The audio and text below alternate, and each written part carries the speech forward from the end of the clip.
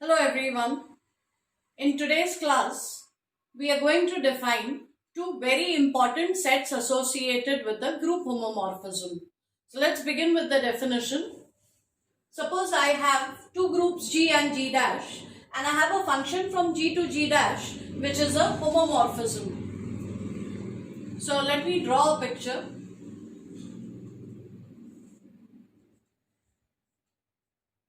Homomorphism means image of the product will be equal to product of the images for all elements in G. Now we have seen several properties of homomorphisms. One property is that identity of this group has to go to the identity. So image of the element E has to be E dash. Identity has to be mapped to identity if phi is a homomorphism. So definitely identity will go to the identity. But it may also happen that there may be some other elements which are also mapped to identity. So we are now going to collect all such elements in one set. Which elements? The elements whose images are E dash. So I look at all the elements in G for which the image is equal to E dash, that is the identity in the codomain. So we collect all elements in the domain whose image is the identity in the codomain. Naturally, this is a subset of G. This subset is called as kernel of phi. It's called as kernel of the homomorphism phi. And in short, we denoted by KER of phi. So KER, kernel phi, is the collection of all elements in the domain whose image is equal to E dash. Notice that kernel phi is a subset of G because we are picking up elements from G. Also, because phi is a homomorphism, because this phi happens to be a homomorphism, phi of E at least will be E dash. Possibly there are no other elements whose image is E dash, but at least image of identity is going to be E dash.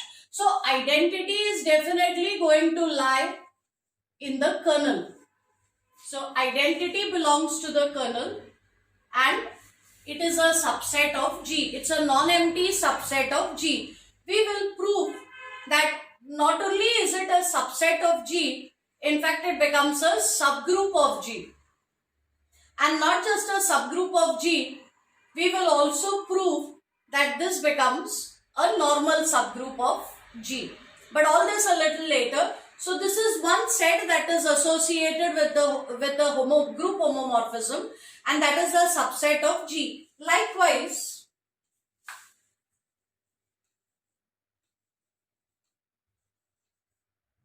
there's yet another set, important set, which is associated with a homomorphism. So once again, let me draw a picture.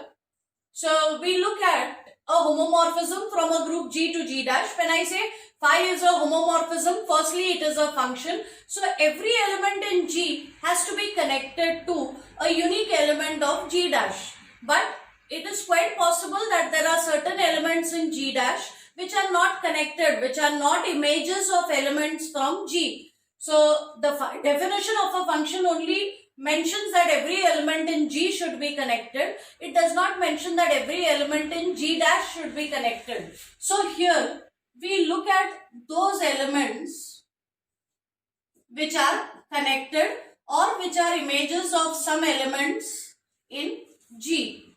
We collect all such elements in one set. So if this is G1, say this is G2, this is G3, this will be phi of G1, this will be phi of G2, this will be phi of G3.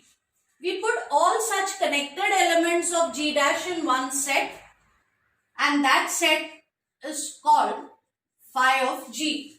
This is the same as the image of G or the range of the function. But now here specifically, because phi is a homomorphism, this will be called as homomorphic image. This is called as homomorphic image of G. we have dealt with this set before. So we have already defined what is range of a function or what is image of the of a subset of the domain. So we know the set. However, because phi is a homomorphism, we now call it homomorphic image. So phi of G will be, there are two ways of defining this. Either you take images of elements in G, or you look at the elements in G dash which are connected. Connected means they should look like phi of x for some x in G. In the earlier lecture, in fact in the lecture before that, I have already proved that phi of G is a subgroup of G dash. So homomorphic image is a subgroup of the codomain, and therefore it also becomes a group on its own.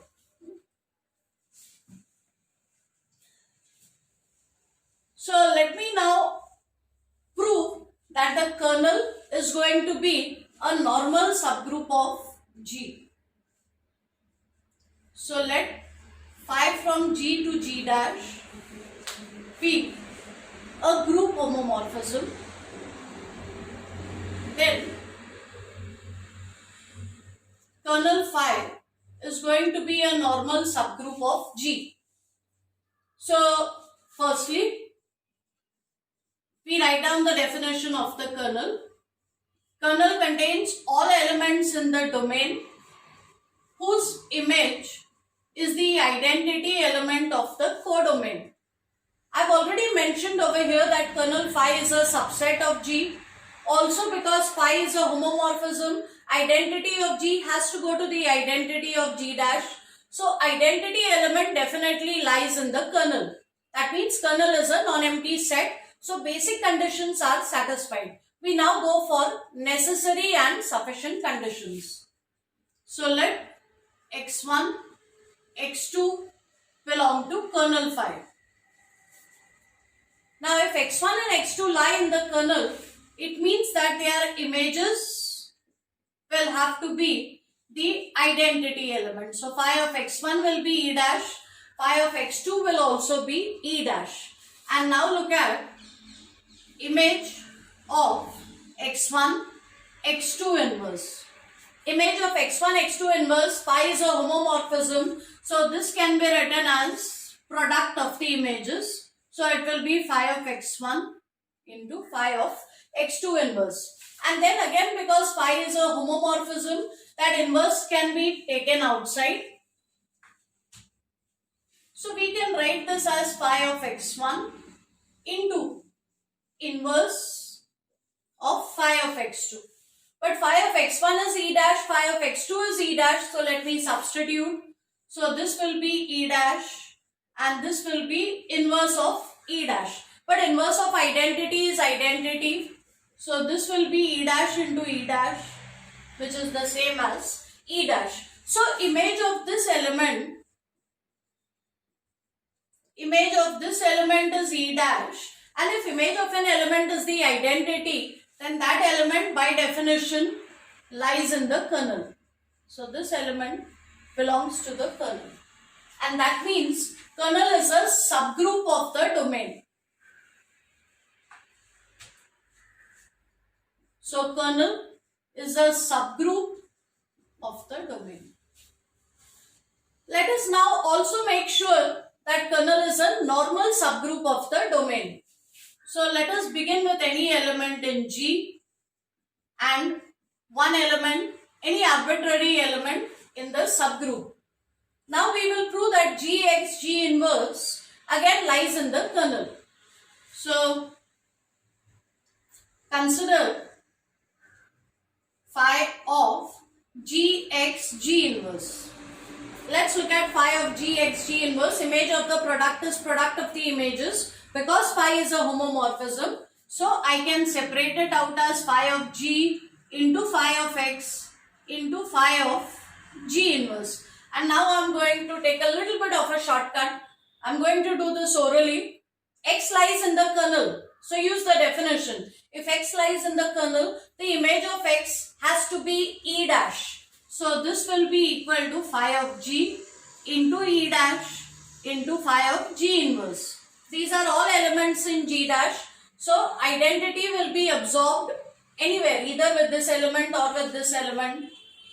So this is phi of G into phi of G inverse. Again, let me use the fact that phi is a homomorphism. So I can combine the two elements and write this as phi of G into G inverse. But G into G inverse is E. So this will be phi of E, and phi of E is equal to E dash. So we have proved that phi of G x G inverse is E dash. If image of an element is the identity, then that element has to belong to the kernel. And therefore, the kernel becomes a normal subgroup of G. So kernel phi is a normal subgroup of G. So this important set that we define with respect to a homomorphism, that becomes a normal subgroup of the domain. But actually, to prove that it's a normal subgroup, we don't have to go through all this. We had already put in a lot of hard work in the last lecture. So let me see if I can use that to prove that. So this is an alternate proof for the same thing. I'm going to prove that kernel phi is a normal subgroup without having to go through all this. So let's look at the definition of kernel. Kernel phi is all those elements whose image is E dash, or I can say the image should belong to this set, because anyway this is a singleton set. So if an element lies in this set, it will have to be equal to E dash. So I can write the same thing in slightly different words. But if you are looking at elements which go inside this set, then this is nothing but the inverse image of the set E dash, because this contains all the elements whose image goes inside this set. So that by definition is the inverse image of this set. And look at this set. This set is nothing but the trivial subgroup of G dash. This singleton E dash is trivial subgroup of G dash, and we know that trivial subgroup is normal. So we know that this is a normal subgroup of G dash, and let's use the property of the previous theorem. That means the one in the previous lecture. We had proved that if this is a normal subgroup of G dash, then its inverse image is a normal subgroup of the domain. So if I use that result directly, even then I get the fact that kernel phi is a normal subgroup of G. So use whichever proof you find more comfortable. The earlier one is also okay, because there you actually work out the steps. But then you should also be aware of this. So the two important subsets, the sets associated with a homomorphism are kernel phi and homomorphic image. Kernel phi is a subset of the domain. Homomorphic image is a subset of the codomain. Kernel phi is a normal subgroup of the domain. We can only say that the homomorphic image is a subgroup of the codomain, and therefore the homomorphic image is a group by itself.